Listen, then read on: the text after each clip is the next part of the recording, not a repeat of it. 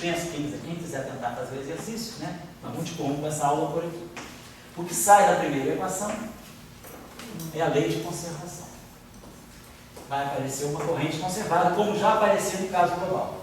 Independentemente do alfa depender de x ou não. A informação que está aqui é a informação que já haveria quando o alfa era independente de x e que era a simetria global. Então, eu ganho uma lei de conservação. Tem realmente uma corrente conservada.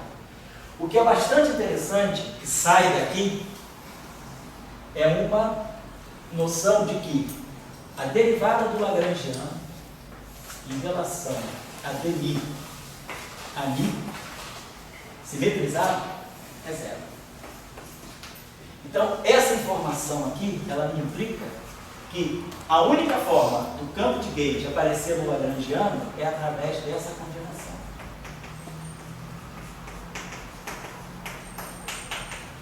Então, essa informação, que para nós, lá na nossa formulação era, eu quero spin 1, e isso aqui saindo, é a expressão da propagação do spin 1, no teorema de Weber, é a simetria que me diz que a única forma de eu introduzir uma dependência do Lagrangiano no campo de calibre é se ele aparecer nessa combinação, que já seleciona o spin 1.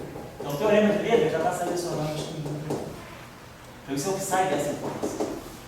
Essa informação aqui também é bastante interessante. O que sai dessa informação aqui é, naturalmente, sai para nós o acoplamento do campo de gauge com a corrente. Ou seja, sai a equação de Maxwell.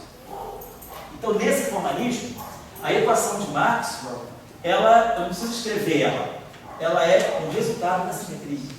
Automaticamente, a informação que sai daqui é que a corrente conservada ela se acopla com o campo de calibre dessa forma. Exatamente dessa forma. E o campo de calibre, ele só pode aparecer no Lagrangiano a partir da sua combinação rotacional. Ou seja, automaticamente essa aqui exclui do zero. Simetria de gauge. Então eu ganho 3 informações em uma só. Como força da simetria. Conservação da corrente. A forma, já sai a equação de Maxwell, como produto da simetria. E terceiro, eu não impus nada. Não impus que dava Lambertiano de A transverso, Mi é zero. Eu não impus isso.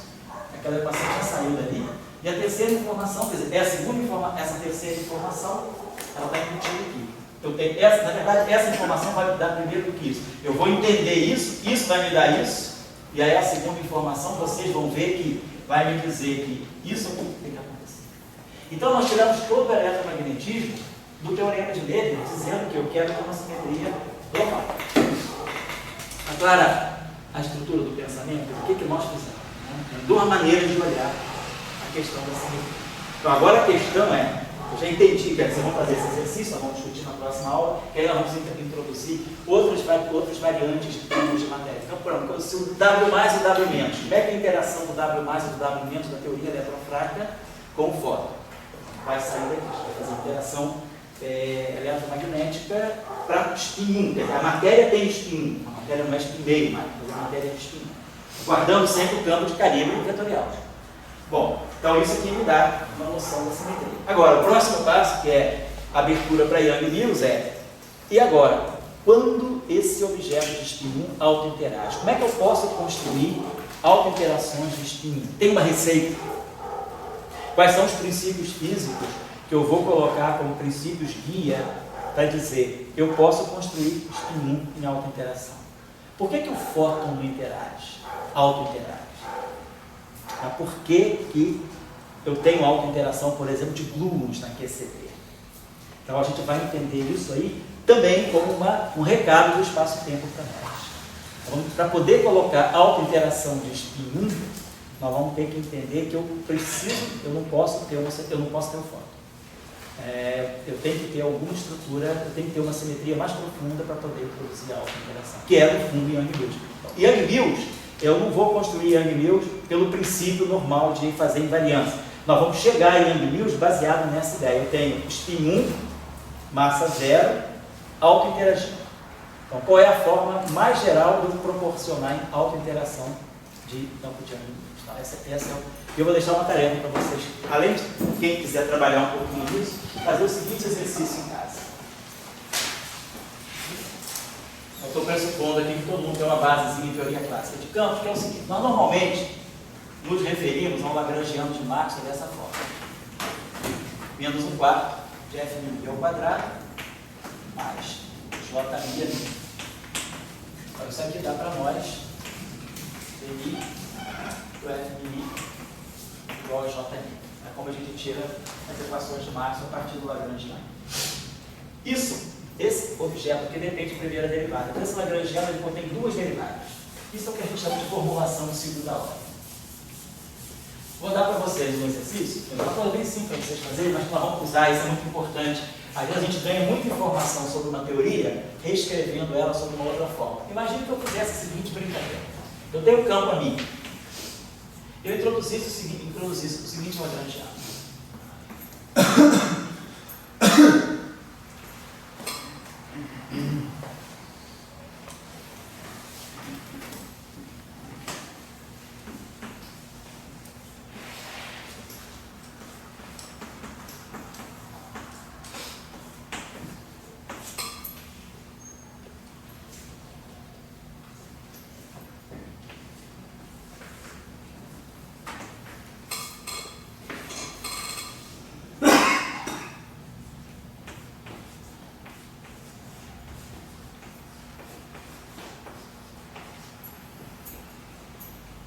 Vou botar aqui um parâmetro alfa, depois a gente ajusta esse parâmetro alfa.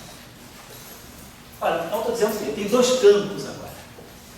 Eu tenho um campo vetorial e um campo tensorial de rank 2, antes.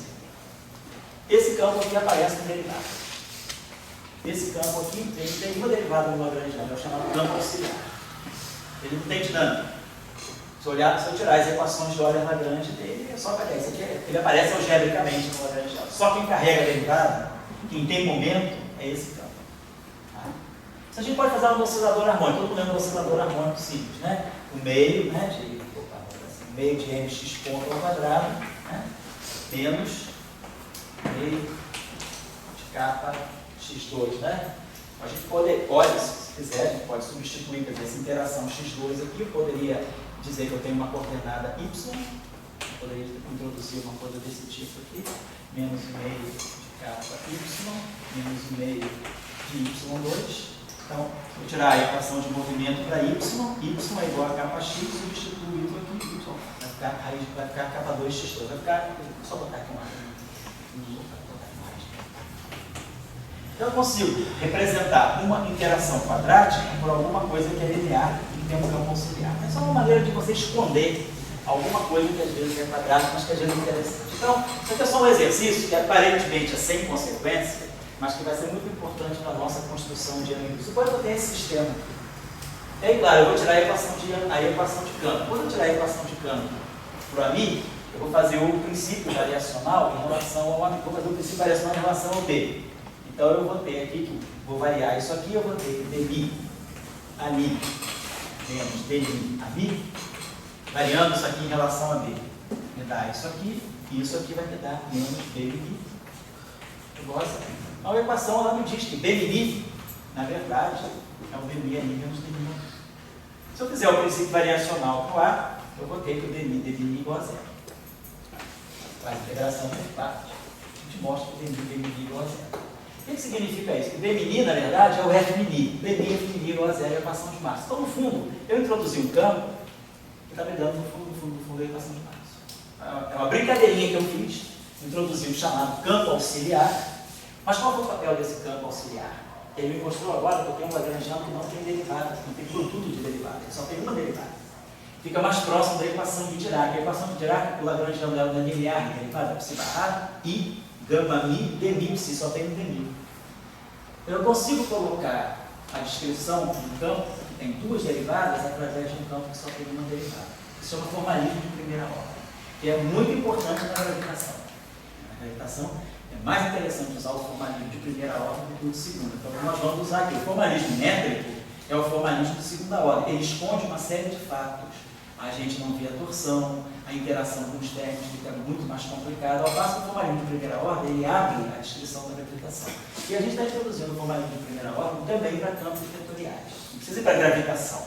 Então vocês façam esse exercício, queria que vocês mostrassem que pelas equações de Euler-Lagrange, vocês conseguem fixar o BMI e mostrar que esse Lagrangiano aqui, no final do dia, ele nada mais é do que isso aqui. Claro, escolhendo o alfa certo. Vocês vão escolher um valor de alfa, para um certo valor de alfa, esse Lagrangiano aqui descreve exatamente o Lagrangiano de Maxwell. Então, isso é uma formulação alternativa, à formulação quadrática do Lagrangiano de Maxwell. Eu introduzi esse campo auxiliar, chama-se esse campo auxiliar, porque não tem derivado, ele aparece algebricamente. A equação de movimento dele fixa ele em função do outro campo, mostrando que ele não é independente. Eu não introduzi um grau de liberdade nele. Porém, a equação adquire uma forma mais simples. Para a gente estudar simetrias, isso às vezes é mais interessante. Eu não perdi a física está aqui. Isso é Maxwell. Mas simplesmente eu joguei aí esse campo, substituí uma coisa que era quadrática por uma coisa que era linear às custas desse campo. Eu introduzi um campo a mais, mas que não é um grau de liberdade física. E as equações de campo mostram que BMI é dNI ali, dNI ali. O campo no final do dia, o que me sobra é isso. Tanto é que a história no final do dia é essa. Mas isso aqui se chama formalismo de primeira ordem. Então nós vamos usar esse formalismo de primeira ordem para a gente ver como é que a gente pode construir de uma maneira muito simples as teorias de Arquimedes. Então a teoria de Arquimedes, ela vai sair, você vai conseguir, eu quero colocar esse cara em alta interação. E aí, usando o formalismo de primeira ordem, a gente vai ganhar Arquimedes, VaptVult. E depois a gente vai fazer o formalismo de segunda ordem. Só para vocês verem que é possível também, mas complica um pouco mais. Então, essa vai ser a nossa parte. Então, o próximo passo é entender como spins 1 podem auto-interagir. E como deve ser a auto-interação dos spins 1 para a gente evitar certos problemas. Por exemplo, o grande problema é apareceu o spin 0. Certo? Como é que, quando eu vou fazer o spin 1 auto-interagir, eu corro um risco violento de trazer o spin 0 junto com o amigo. Então, a interação ela tem que ser muito fechada para garantir que o spin 0 fica sempre de espectador. Todo esse todo é o enredo de Young Mills, é manter o spin 0 fora da jogada. Quando a gente quantiza, as flutuações quânticas trazem o spin 0. E aí o que se faz na teoria de Young Mills se introduz o setor de Faddeev-Popov. Os ghosts de Faddeev-Popov, eles vão entrar como objetos não físicos justamente para matar o spin 0 que entrou pela quantização. A quantização, tudo isso que a gente está fazendo é clássico. Quando nós quantizamos, nós corremos o risco de deixar o spin 0 flutuar. Ele entra como flutuação quântica, mas eu preciso caçar ele. Então eu mando uma horda de caçadores, que são os ghosts de Faddeev-Popov. Os ghosts de Faddeev-Popov, eles entram como ghosts para caçar ghosts. Então eles vão limpar a teoria e deixar só o spin 1 sobrar no final do dia. Então vamos entender o enredo desse drama, dessa aventura aí. Né? Então a gente vê, apesar de quem for para Passa 4, eu vou dar aula, é gravada. Você vai dar uma vou te trair. Vou te trair. Sério, senhor? Oh. Pô, isso é muito complicado para ver pela